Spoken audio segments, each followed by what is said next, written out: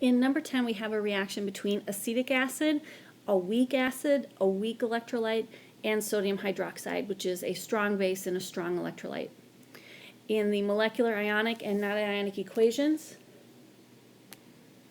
the acetic acid looks exactly the same.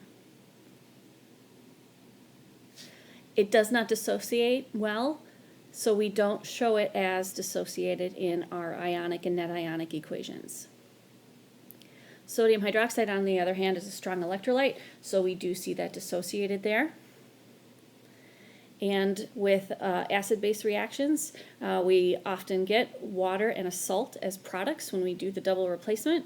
So we've got our sodium acetate that is soluble in water and a strong electrolyte, so that is dissociated. And then our water is just liquid water that looks identical in all three equations. That just leaves sodium as a spectator ion, and we get acetic acid plus hydroxide ion yields acetate ion and water. In number 11, we have a little bit of a typo. Magnesium carbonate solid and sulfuric acid solution yield aqueous magnesium sulfate, water, and carbon dioxide gas. So the magnesium carbonate solid looks identical in all three equations.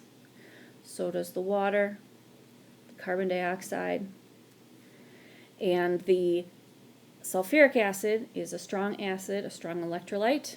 That's dissociated. And then instead of writing magnesium sulfate solid here, we're going to write magnesium ion and sulfate ion in solution. Spectator ions now are going to be just sulfate. And then we've got